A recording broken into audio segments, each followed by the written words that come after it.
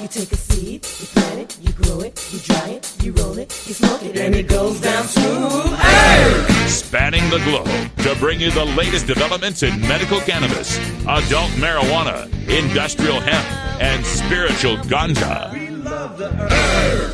It's time for the Marijuana Agenda with Russ Belville. Now, here's your host, Russ Belville. Good day, tokers and tokettes and non-toking lovers of liberty. It is Tuesday, July 25th, 2017, and it's got to be 420 somewhere in the world. Welcome to the program, and I have a big announcement for you today because we are drastically cutting back here at the Marijuana Agenda. And first, let me thank everyone who's been big-time supporters of this show, who followed me for years and years and have contributed to the show.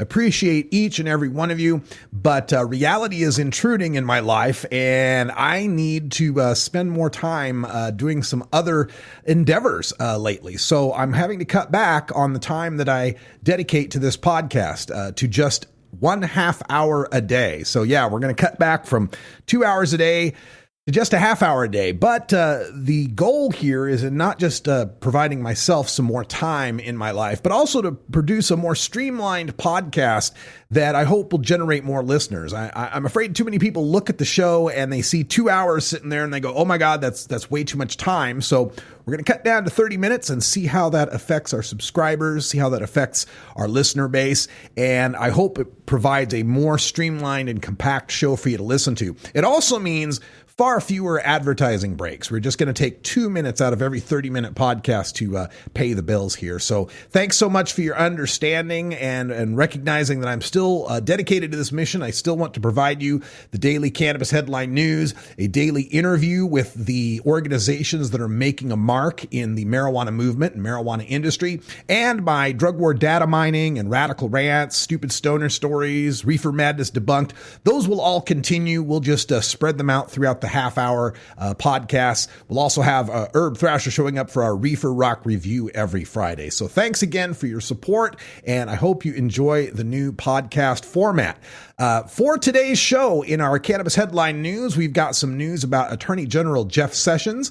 In our Sensible Future segment with SSDP, we visit with Vilmarie Narloch, who talks about Jeff Sessions and his love of the 1980s relic drug abuse resistance education.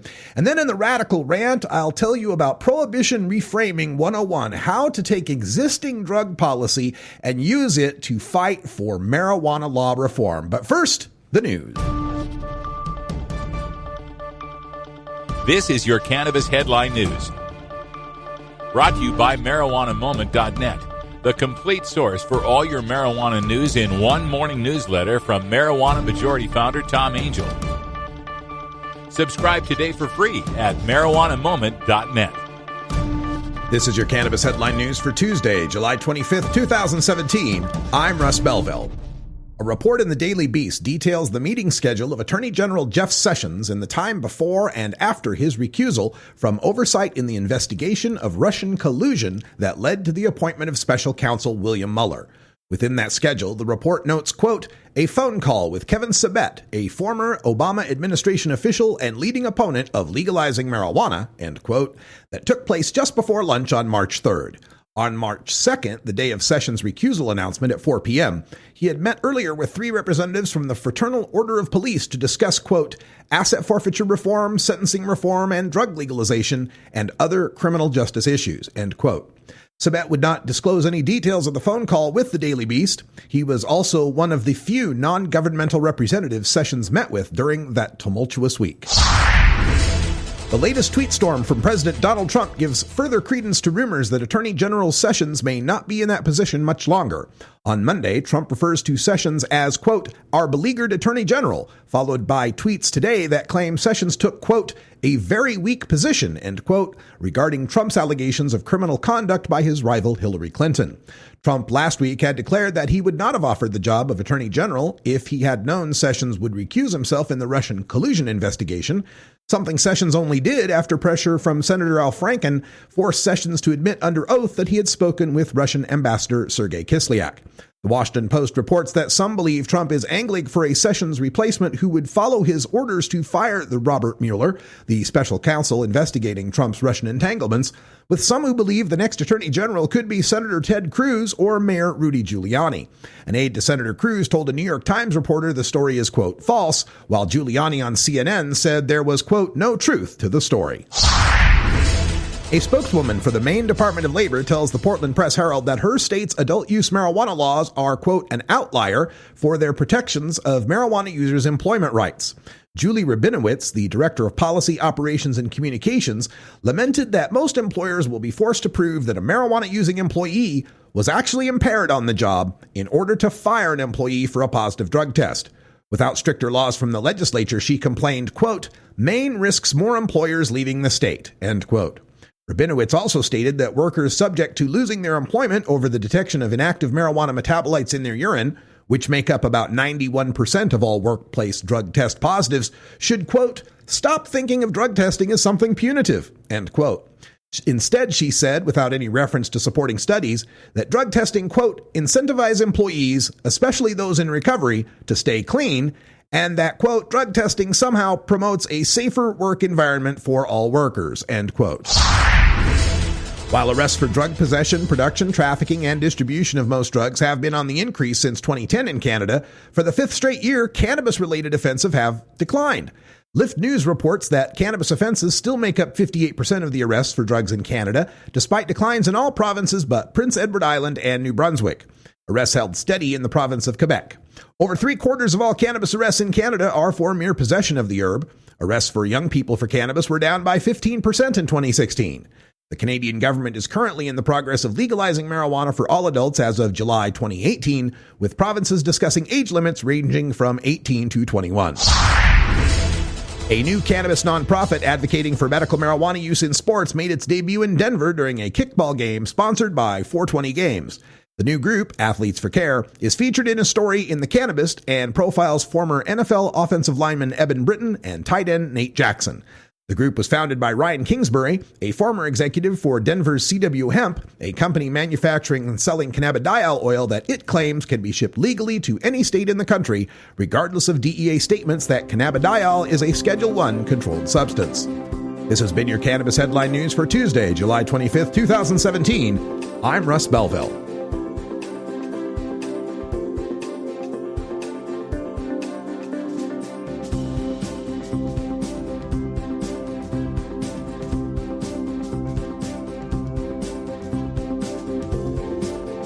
You're listening to the Marijuana Agenda with Russ Belville. Hi, I'm Russ Belville from the Marijuana Agenda. Please help support my independent cannabis radio journalism by becoming a patron of the Marijuana Agenda. Just log on to mjagenda.com and click the Become a Patron button. For your $4.20 monthly donation, you'll keep our free live YouTube show on the air and receive your own private podcast feed of the first hour. For just $9.99, you'll receive both hours of the show and special downloads only available for VIPs. Thank you for your support. You're listening to the Marijuana Agenda with Russ Belville.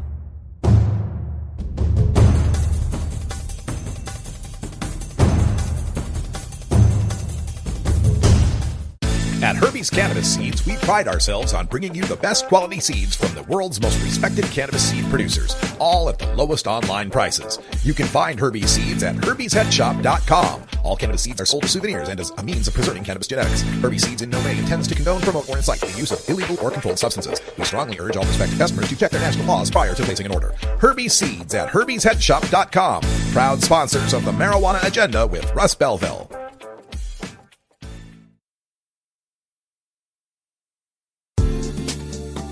This is A Sensible Future, brought to you by Students for Sensible Drug Policy at SSDP.org.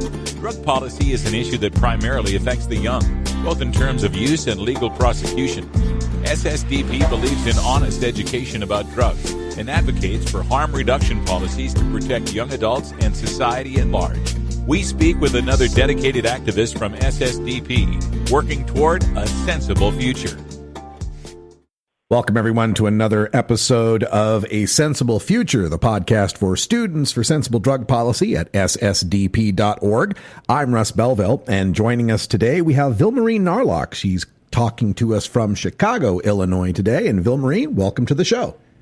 Thank you, Russ. Thanks for having me. Tell our listeners how you got involved with SSDP. Sure. I've been involved since 2009 as a student in my doctoral program for clinical psychology at Roosevelt University. So I was a research assistant there at the Illinois Consortium on Drug Policy, and the director, my boss, Kathy Kane Willis, happened to be the advisor of the SSDP chapter there. So since I was working for her there, she sort of encouraged me to join the chapter as well, and I've been a happy member since. Well, that's fantastic. Well, I was interested in getting you on the podcast today because of recent comments we heard from Attorney General Jefferson Beauregard Sessions III. And I don't know how much longer he'll be our Attorney General, given some of the recent tweets from President Trump. But, right, I know. Yeah, Attorney General Sessions, I've often told listeners, is pretty much a throwback to the 1980s Just Say No era, the era I came up in and don't want to return us to by any means. Tell us your thoughts on Jeff Sessions and his recent call to return to the D.A.R.E program, the Drug Abuse Resistance Education. What did you think about that? Yeah, well, when I heard that he was going to be speaking at this D.A.R.E event, honestly, my initial thought was, well, of course he is, Yeah, and really. then reading his comments, what he actually said, I was, it was a little bit scary. Hearing things like, law enforcement is prevention, and just statements like this are really scary. And really, like you said, a throwback to an era that, I don't think any of us want to go back to when it comes to drug education. As I think many people know, the D.A.R.E program was ineffective and proven so in many, many studies. So for him to sort of outright say that it worked is just false. The way he tries to defend that is by looking at the statistics of self-reported drug use throughout the 1980s, which did show a decline. So how do we respond to that? Good-meaning people that hear this and know that, well, I know D.A.R.E didn't work, but how do we explain that drug use went down? Well, I think it's sort of a thing where there's a lot of other services. People are thinking more in terms of general health and wellness, more mental health support for young people started happening then. So I think there are so many other factors that come into play there. And I think another, argument that I've been hearing coming down the pipeline is that D.A.R.E. there's a different version of D.A.R.E. And actually it's not D.A.R.E., the program is called Keeping It Real, which is just silly, but it's a program that was adopted by D.A.R.E. in 2009. The program itself was reviewed about 2006, and even at that point didn't get very good scores if we're looking at something like the Substance Abuse and Mental Health Services Administration, their National Register for Effective or Evidence-Based Programs and Practices, which is sort of like what a lot of people will go to find out if something is evidence-based and effective. So the Keeping It Real program that they're now trying to say like, oh, but this is what we do, they probably shouldn't really be pushing that so much either, because it's not so great. Kind of the kinder, gentler form of D.A.R.E. And so what do we do, Vilmarie, in this case where obviously drugs is something that's a reality in society and we want to steer children away from them or to make better choices if they use them. So what sort of education is going to work for the kids? Yeah, I think this is a really important thing to look at. And I did my dissertation on drug education and what young people thought about it. And generally what they're looking for is they're wanting someone, and I will say it's really important to actually talk to young people about what they want and what they think works.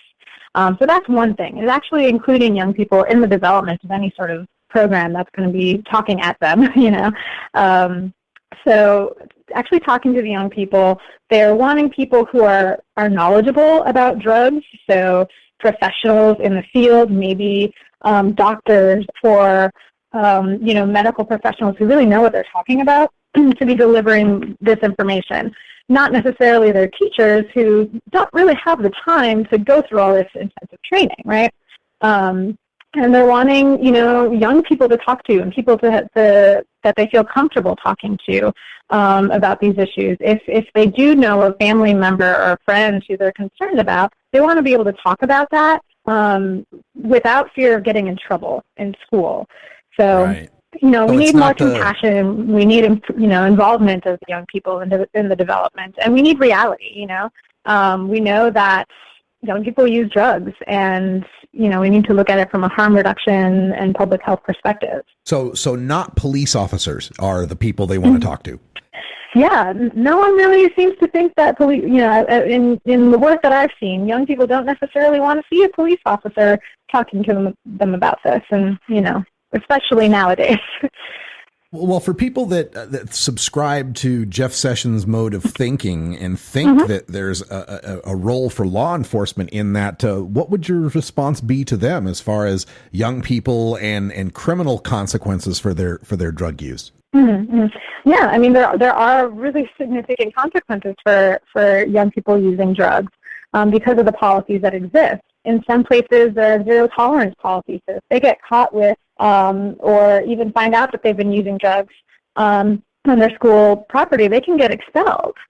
And certainly, we don't want to take away a young person's education and their opportunities for a positive future.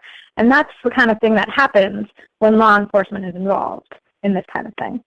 So are there specific programs at SSDP that are addressing this need for education in the middle schools or the high school levels, or does it just start at the college level? Yeah, I'm actually really glad you asked that. So we have, I've been working on our Just Say No, and that's KNOW as in knowledge, peer education, harm reduction and drug education program. And although it is sort of tailored for our college students to be able to talk to their peers, we do have high school chapters that are working on being trained to do this. And I have been getting some interest from other high schools and middle schools to tailor the program to that level. So there are a couple of opportunities that I'm sort of working on to bring our program to a younger age group as well.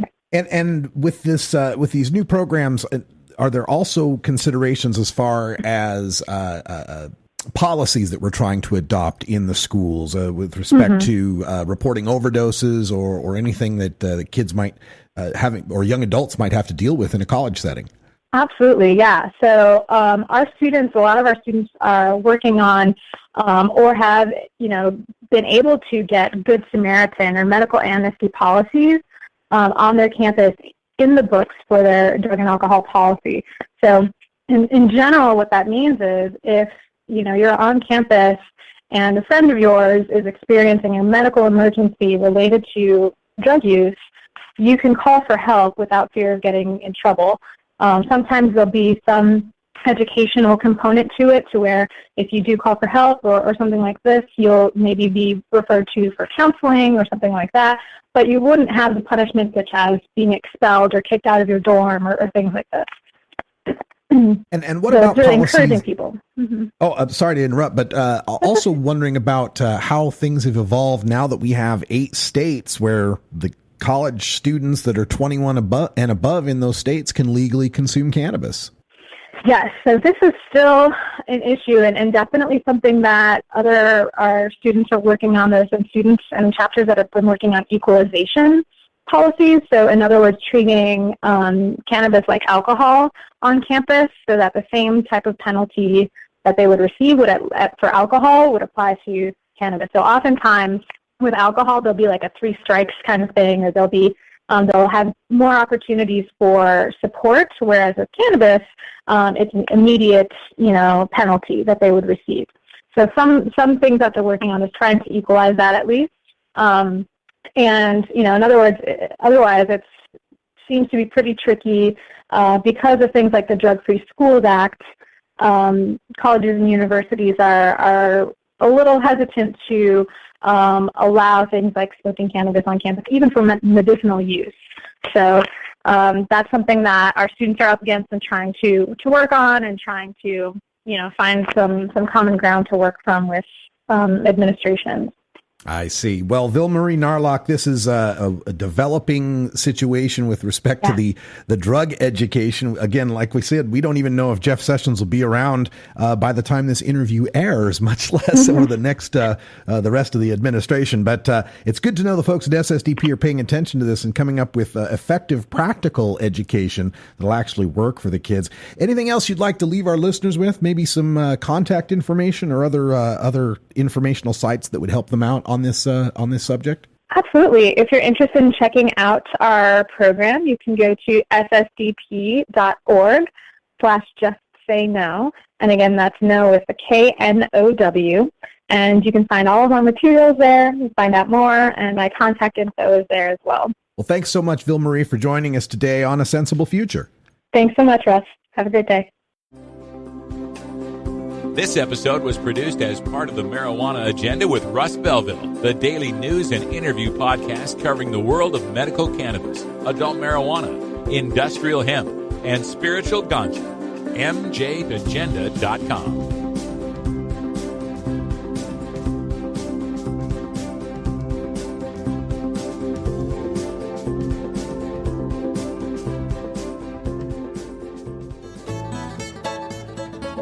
New beginner guitars and banjos are often constructed much better than ones built before your time. Why struggle? Get a new instrument or fix the old one. The trusted professionals at the Fingerboard Extension will evaluate your instrument for free. Repairs are priced for people who work for a living. Stop by the Fingerboard Extension downtown Corvallis at 120 Northwest 2nd Street today or check out its inventory on the web at fingerboardextension.com. You're not high. You're listening to the Marijuana Agenda with Russ Belville. I reject the idea that we're going to be better placed if we have more marijuana. Okay, maybe you're a little high. Hey everybody, it's Russ Belville from the Marijuana Agenda, inviting you to be like me and get your ink done at Lucky Horseshoe Tattoo, Fort Worth's most female-friendly, clean, sterile, awesome tattoo shop. Thomas and his crew are true artists who can design you a custom piece or use a design you bring in. Lucky Horseshoe also offers all styles of tattooing as well as piercings and all-around fun. In the DFW area, stop by Lucky Horseshoe Tattoo and tell them Radical Russ sent you. Trust me, it'll feel awesome. Total war against public enemy number one. 10 federal criminal penalties for up to 1 ounce of marijuana. Marijuana is probably the most dangerous drug. Legalization is just another word for surrender. I experimented with marijuana and didn't inhale. This is not medicine. This is a Cheech and Chong show. Encourage people to use less drugs. I inhaled. That was the point. I think it would be a mistake to legalize. Negative reports coming out of Colorado. People don't smoke marijuana. Radical Rant. I was reading one of the recent missives from the folks at Project Samuel that lamented that construction employers in Colorado are forced to bring in workers from out of state because they can't find enough applicants in Colorado who can pass a drug test. Wah! Cue the world's tiniest violin. When I read stories like this, there's a special setting in my brain that reframes the narrative from the point of view of adults like us who enjoy marijuana responsibly. In this example, it's not that employers can't find drug-free workers. It's that too many Colorado employers continue discriminating against employees who are enjoying their constitutional right to marijuana. Another way to reframe is to juxtapose the marijuana story being told with some other roughly analogous drug or activity that highlights the absurdity and cruelty of prohibition. Can you believe this story coming out of Colorado? I might begin. Construction companies down there are bringing in out-of-state workers because they can't find enough guys in Colorado who don't drink beer. Yeah, they say that even if these guys drink beer after work or on the weekends, the effects of it last the next day after they got drunk. You know, a hangover. And, you know, these companies, they don't want to risk that hungover guy going and wrecking the forklift. Or how about, every other week we get some story of new parents having their infant or their toddler stolen away from them by the state child protective services because it's discovered that the parents have smoked marijuana. I'd handle it like this. This is outrageous. These two young parents just had their children taken away by CPS because they got a tip that they were junk food junkies. They tested the blood of the kids and determined they had elevated levels of bad cholesterol and triglycerides. Those poor kids were subjected to their parents eating the unhealthiest food and modeling those destructive behaviors. But CPS says they can get their kids back if they convert to organic veganism and lose 40 pounds each. It sounds different when you frame it that way. Or consider the near monthly complaint from a state that's newly legalized or considering legalization that there's going to be no way for the state troopers to be able to bust people for stone driving. Reframe it like this. We got to be serious about keeping our roads safe. That's why our state troopers are going to be testing a new roadside device that determines how much sleep you've had. You breathe into it, and based on the detection of certain chemicals, they can tell whether you've had 8 hours of sleep the previous night. If you've had fewer than 8 hours sleep, you're automatically guilty of a DUI. And then, how about we look at that overblown concern about public consumption of marijuana in public clubs? That's easy to tackle. Go like this. Can you believe what they're proposing? They want to establish buildings in the city where people gather for the express purpose of taking drugs. Yes, drug-taking buildings they expect people to drive to, go inside, take drugs, get high, and then we're supposed to just trust them to judge their own level of impairment before they get back in their cars and drive home?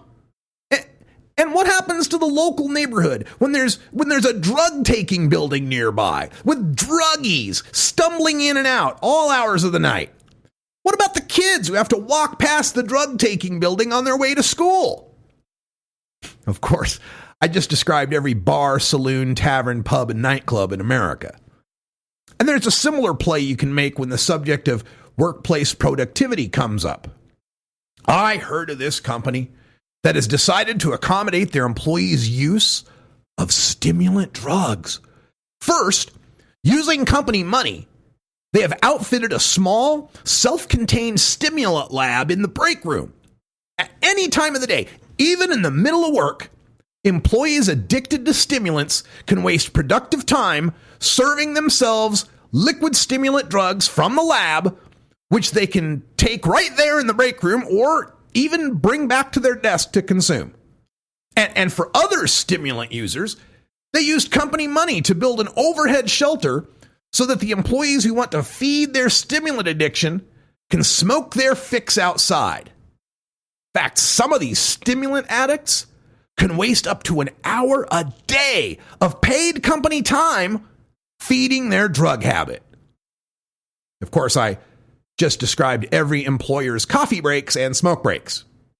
Now look, none of these analogies are perfect, right? The coffee drinkers and the cigarette smokers aren't experiencing any sort of mind-altering effects necessarily, and the alcohol drinkers aren't hungover all the time, and the junk food junkies may not be endangering your kids. But the point is to kind of shake people out of their complacency, to be able to get them to wrap their minds around the fact that they don't have a single critical thought about the public health risks of legal drugs like alcohol, sugar, caffeine, and nicotine, but they're freaking out when that legal drug is marijuana. If you can start putting these kind of frames, take existing drug policy with respect to alcohol, sugar, caffeine, and nicotine, and then reframe whatever marijuana argument they're throwing at you. Just take the word marijuana out and throw in one of these others, and that can serve to dislodge these people, to get their brains out of the status quo thinking that those four substances, alcohol, sugar, caffeine, and nicotine, aren't drugs. And that's the real problem, is that they don't really conceive of those things as drugs. We have a completely different vocabulary and different framing whenever we're talking about alcohol, sugar, caffeine, and nicotine. People are drinkers, or they have a sweet tooth, or they like their coffee, or they're smokers. We never think of them as drug addicts, but they are. Some of them, anyway. Well, folks, that's all the time we got for today. Time flies when you legalize. Thanks for joining us. We'll see you tomorrow. And until next time, take care of each other, tokers. Follow MJ Agenda on Facebook, Pinterest, Instagram, YouTube, and follow MJ Agenda Show on Twitter. Learn more at mjagenda.com. You take a seed, you plant it, you grow it, you dry it, you roll it, you smoke it. You take a seed, you plant it, you grow it, you dry it, you roll it, you smoke it.